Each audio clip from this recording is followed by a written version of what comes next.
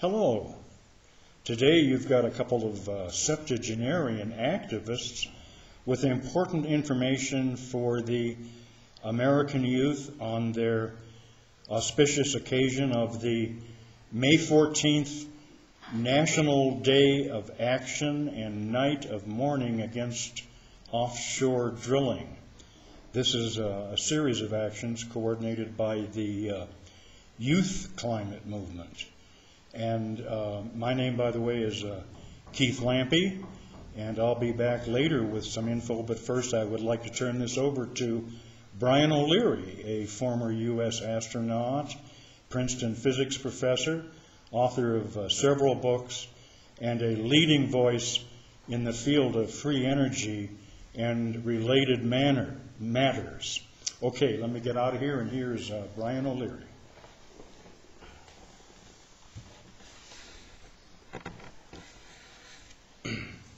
Thank you, Pondo, and greetings to all of you.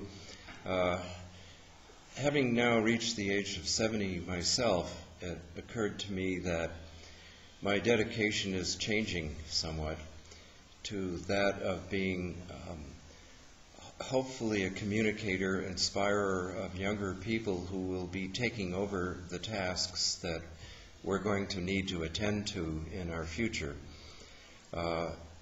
I think, as most of you know, that the systemic challenges, especially that are taking place right now in the United States, are huge. We have, of course, this oil spill, which is just outrageously devastating to wildlife, to the whole environment of the Gulf of Mexico and perhaps other places. And we're tracking that very carefully. But we don't want to focus entirely on the disasters. We need to be aware of them, and they're happening at every level.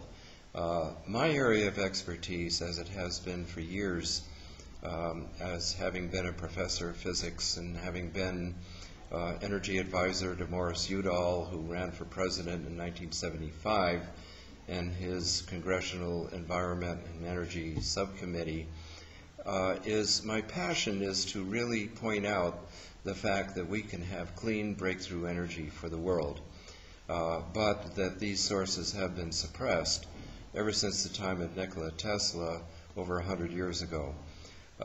Now, this information is generally not supported by the scientific community, the environmental community, or the progressive community. All three communities who ought to be our allies in considering the broad range of possibilities that lie ahead with free energy and other breakthrough solutions ought to be considering these things. But, you know, careers are at stake. I know many of you young people have to consider a career that you would have, and sometimes you have to break away from some of that in order to be able to break new ground. I discovered this, perhaps the hard way, when I was at Princeton, and I began to be aware of the phenomena of consciousness and new science and new energy, that indeed our reality was far greater than we have been led to believe. And so you're not going to get this kind of information simply by reading the newspapers or listening to your professors or interacting with the government or working for a corporation. All of those things, you'll be avoiding the kind of information you really need to know. So everything in our system which is not working, I think you now know that with this oil spill, this is the latest great injustice that has occurred that should never have occurred. And it's more than just patching the hole or using preventative measurements or measures for future offshore oil operations. No, that's treating a symptom. It's not treating the root cause. And the root cause of our difficulties really are the way that we're using our energy. That's one of them. Of course, the whole system needs changing. from the top down. The political system, the corporate welfare system that's before us is just totally corrupt, and it just needs to be changed radically. And I see no other solution but to lay out, for example, that there is an energy solution revolution coming up, that there are many concepts that you may not be aware of that promise clean breakthrough energy. So just like I'm able to sit here in Vilcabamba, Ecuador, and upload a YouTube segment, who would have ever dreamt that we could have done this back in the old days when we had computers filling rooms with vacuum tubes, that we would have a tiny little laptop that's barely a few inches across with a tiny little video camera, and I'm still able to communicate with you. Who would have ever dreamt that? Well, one day I foresee that we'll have little energy power packs, like 10 kilowatts, a tiny little thing that you could, solid state device that you could fit in the palm of your hand that would generate energy from the vacuum. These are the kinds of solutions that are waiting in the wings for their opportunity once we end this climate of suppression. But it's very clear to me, having looked at these things for many decades, is that the control elements of our system are terribly corrupt and basically on the run.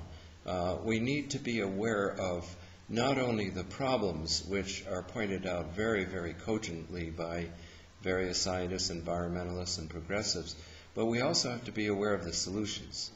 And those solutions have been elusive, even though the solutions are there. And for those of you interested, I suggest that you become more educated as to what the solutions are.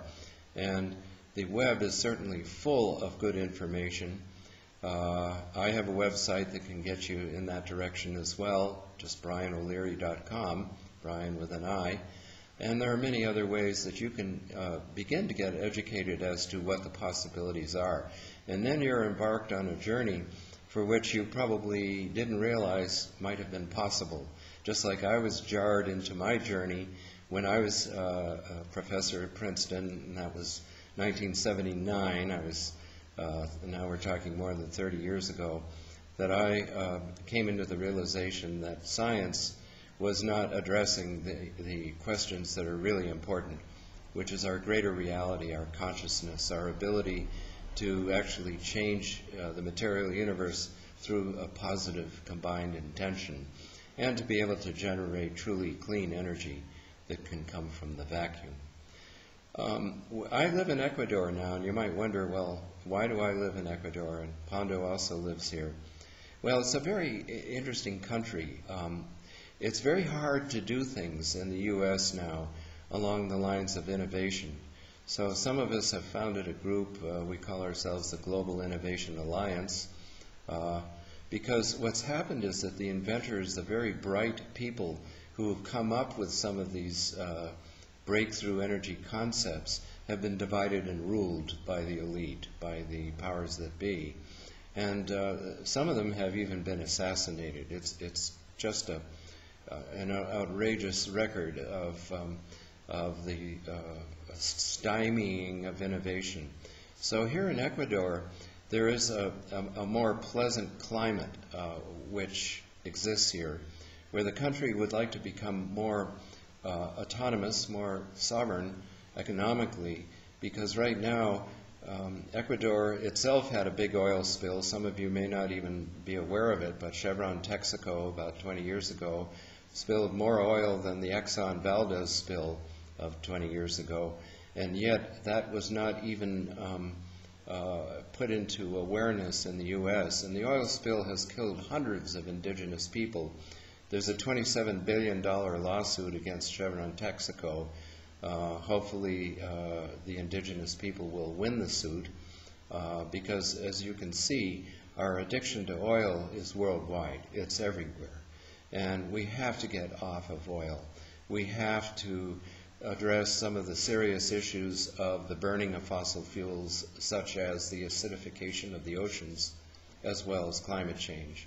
And there are efforts here now in Ecuador to keep the oil in the ground in one of its national parks.